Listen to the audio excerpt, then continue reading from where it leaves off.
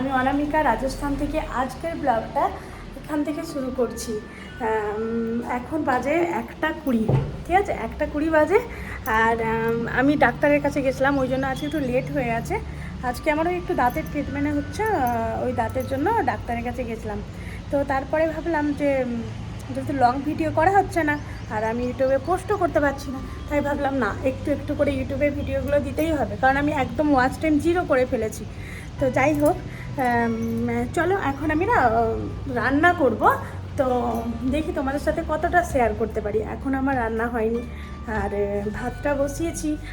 দেখেছো তো বন্ধুরা, তোমাদেরকে দেখাতে নিয়ে এসেছিলাম ভাতটা, দিয়ে দেখছি ভাতটা লেগে গেছে। লেগে যাওয়ার পরে আমি একটু জল দিয়ে দিয়েছি, জল দেওয়ার পরে দেখছি না ঠিক আছে, তেমন হবে না। এই যে দেখতে পাচ্ছ ভাতটা মনে হচ্ছে যেন ঘাঁটা হয়ে গেছে, কিন্তু ঘাঁটা হয়ে যায়নি, এই চালটাই এরকম। তো লাস্টে তোমাদেরকে ভাতটা দেখাবো। এই মানে এই চালটা অ্যাকচুয়ালি আমার হাজব্যান্ড রেশনে পায়, মানে ওদের মান্থলি একটা আছে চাল, ডাল, চিনি, তোমাদের সাথে একদিন শেয়ার করব। তো সেই জিনিসগুলো পায়। তো এবারে সবাই পায় না, ধরো যদি অনেকে আছে যেমন পায় না, যারা পায় না তারা টাকা নিয়ে নেয় যদি ফ্যামিলি নিয়ে আসে। আর যদি ভেতরে মানে আমার হাজব্যান্ড যদি ভেতরে খেত, তাহলে আমরা টাকা বা রেশন কিছুই পেতাম না, ওর খাবারটাই দিয়ে দেয়। এটা আবার কেউ ধরে নিও না যে আর্মির ফ্যামিলিগুলোকেও খাবার দিয়ে দেয়, ফ্যামিলিগুলোকে নয়, শুধু হাজব্যান্ডেরই যে মান্থলি খাবারটা, ওই খাবারটাই আমাদেরকে দেয়। তো সেটা থেকে আমাদের হয়ে যায়। হ্যাঁ, তারপরে দেখলাম ভাতটা হয়ে গেছে, তো ভাতটা গড়িয়ে নিই। তো আমার একটা গল্প বলি তোমাদেরকে, শোনো।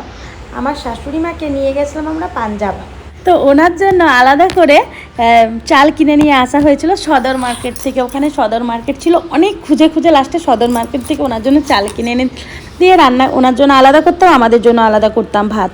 তারপরে এই যে দেখো ঝিঙ্গা আলু কেটে নিয়েছি, ওটা পোস্ত বানাবো। ঝিঙ্গা আলু পোস্ত আমাদের খুব ভালো লাগে, ওর বাবারও খুব পছন্দ, তাই ওর বাবার জন্য রেখে দেবো, যেহেতু ও রাত্রিবেলায় আসে, দিনের বেলায় বাড়িতে খায় না।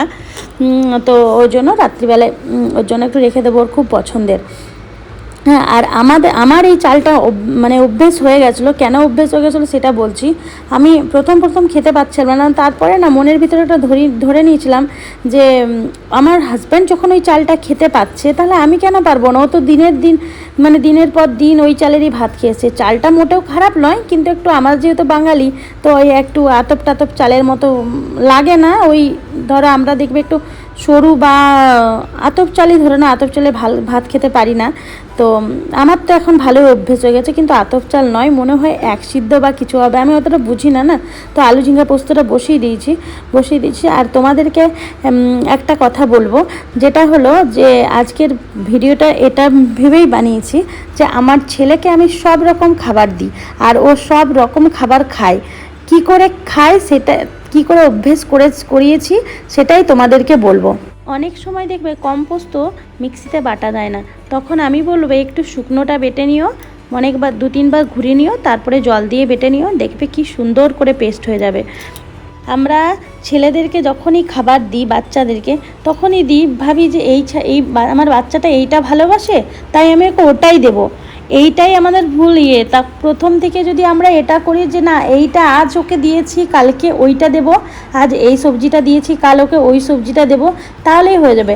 আমার শ্বশুর বাড়িতে মাছ মাংস ছাড়া ওরা আর কিছু দেখতেই পায় না, আর আমার হাজব্যান্ডও সেম, ঠিক আছে। কিন্তু আমি ছোটোবেলা থেকে সব রকম খেয়ে এসেছি, আমার মা সব রকম রান্না করতো, না খাবো না, তো মা পরের দিন ওটাই করতো। তো একটু একটু করে খেতে খেতে আমার এখন বড় হয়ে সব রকমই আমি খাই। আগে না আমিও অনেক কিছু খেতাম না। তো আমার ছেলে কিন্তু উল্টা, আমি প্রথম থেকে ওকে দিয়েছি, একদম প্রথম থেকে গোড়ার থেকে ওকে আমি সব তরকারি সব কিছু, একটু খাও, রান্নাটা করেই একটু খাও, ভালো লাগবে, একটু বাটিতে দিয়েছি, খাও, ভালো লাগবে। এরকম করতে করতে ওর মধ্যে ওই অভ্যেসটা তৈরি করে দিয়েছি যে কোনো খাবার নিয়ে ওর বায়না নেই।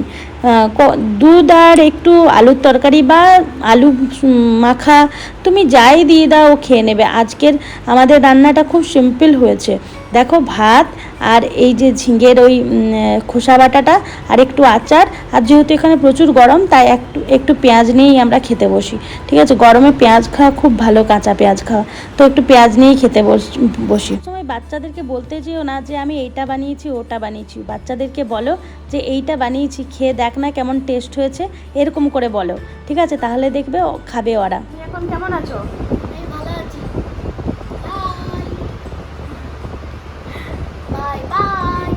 তোমরা নিজের মুখেই শুনলে অরিন কেমন আছে। অরিন এখন ভালো আছে। ও আজকে ওকে স্কুল পাঠায়নি, আর তোমাদেরকে ওর শেয়ার করে দিচ্ছি ও কালকে কোথার থেকে পড়েছিল।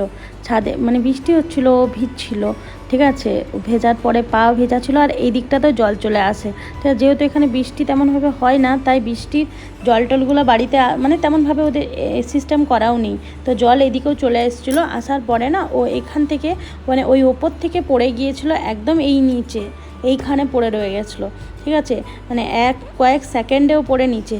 কিন্তু তবু ভগবানের অশেষ মানে ধন্যবাদ দেব যে ও সাইড হয়ে যদি পড়ে যেত তাহলে একদম এই নিচে পড়ে যেত। নিচে পড়ে গেলে হয়তো ওর কোমরটা ভেঙেই যেত। এমনিতেও কোমর ভেঙে যাওয়ার ভয় ছিল। তো এরকমভাবে ও কালকে আমাদের বিপদটা হয়েছিল। তোমাদেরকে বোঝাতে পারছি না আমি, তাই নিচে গিয়ে বোঝাচ্ছি। দেখো কতটা উঁচু দেখো।